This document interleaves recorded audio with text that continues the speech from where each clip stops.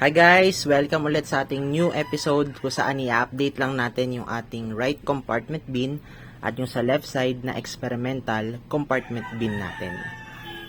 So it's been mga 4 months na siguro simula nung hindi ko ulit sila pinakain kasi ito kung naalala nyo yung last episode, yan para meron kayong idea.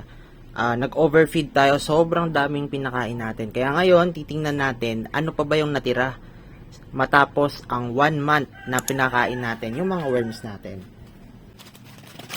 So, kunin ko lang. Tingnan natin kung ano yung mga natira pa.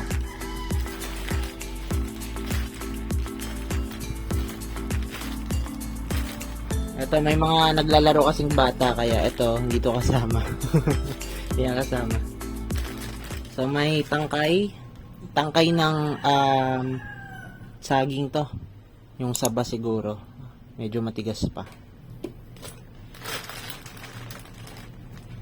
Tapos, ito, parang kamote. Ay, hindi yata kamote to. Pero hindi ko na mamukhaan kung ano. Basta, nabubulok.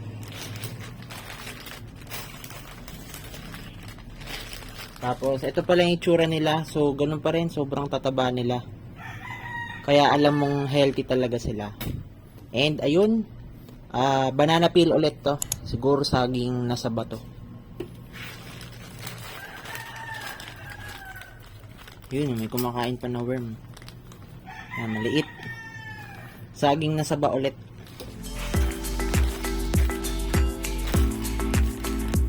Yan, saging nasa ba ulit. Yung tangkay ulit ng saging.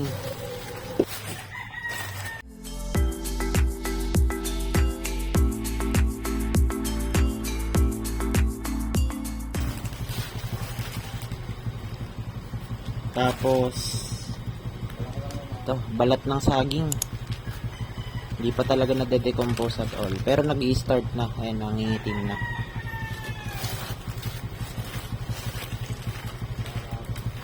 Balat ng saging ulit. Halos puro balat ng saging o nanggaling sa saging. Yung mga tira-tira natin. Ayan, laki ng worm, oh.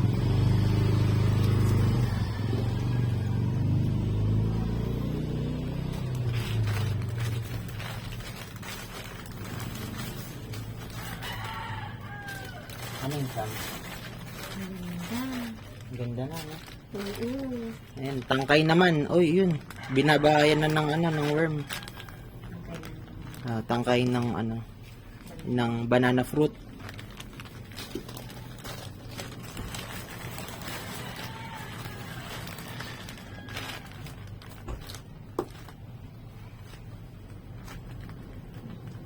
Tingnan natin yung loob. Ayun, no? Daming worm. Isa lang pala. Hype na hype yan.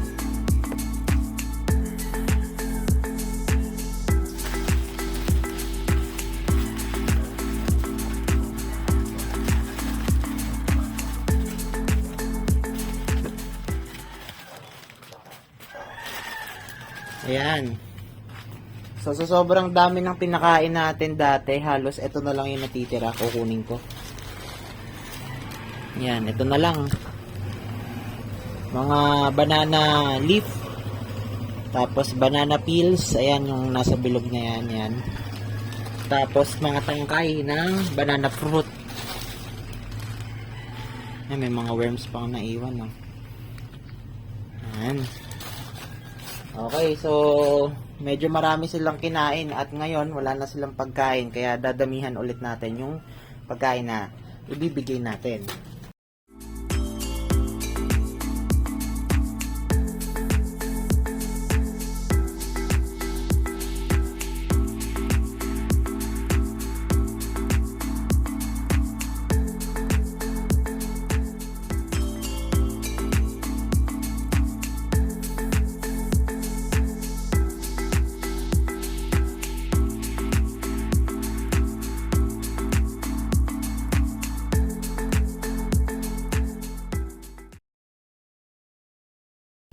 So, doon naman tayo sa next update natin. Yan, dito naman tayo. Ay, Ayusin ko lang So, ito naman yung experimental compartment bin natin. So, ito is medyo controlled siya, unlike sa isa na kahit ano is tinatapon ko. So, dito, ang last feeding natin is, ayan, mag-screenshot na lang ako, palikan nyo yung episode natin kung gusto nyo panoorin. Pero, rambutan peelings po yung pinakain natin at mga nyog. So, ngayon, tingnan natin ano pa ba yung natira. Natira doon sa pinakain natin sa kanila. Kasi feeling ko wala nang natira na nyog. Pero yung rambutan peelings, may nakikita pa kasi ako Tingnan natin. Ayan. So, ito is, hindi nyo na po siya mapansin kung ano siya. Pero this is rambutan peeling po. Yung balat ng rambutan. So, nag-i-start na siya mag-decompose talaga. Pero kitang-kita nyo pa rin yung fibers niya. Ayan yung hibla ng rambutan, ayan. So, ano pa rin, medyo matigas pa rin siya. Tsaka ito din, Ayan, pero healthy naman yung mga worms natin. Ayan. So, marami pang hindi na decompose dito. Na rambutan peelings na lang. Ito rin, rambutan peelings din yan, for sure. Ayan, may worms pa na isa.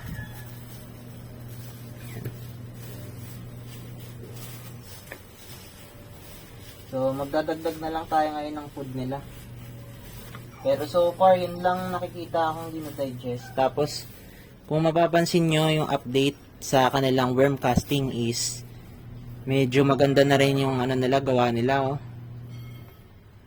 Nilagyan ko pala kasi to guys ng 2 kokopit dati. Kaya medyo ganyan yung lumabas na result. Pero kung sakaling lupa yung nilagay ko dito, sure ako pinong-pino na to. And isa rin tong indication na hindi pa ganun ka digested lahat ng nandito dahil medyo coarse pa siya. Unlike dun sa isa na talagang makikita mo na yung pagkapino nila kahit na naglagay ako ng coco peat. Kasi isa ring reason is dito sa experimental worm bin natin is konti lang po yung worms nila, siguro around 300 lang or 400. Pero yung sa kabila siguro abot ng 1,000 yon dahil sobrang dami talaga. Pero ito naman, sobrang dami ring malalaki dito kaya hindi rin to papatalo. Siguro they just need more time, di ba? Para magparami talaga. So that's it guys for this update and see you again. Abangan ang aming videos every Tuesday 6 PM ng hapon regarding worms featuring our African night crawlers.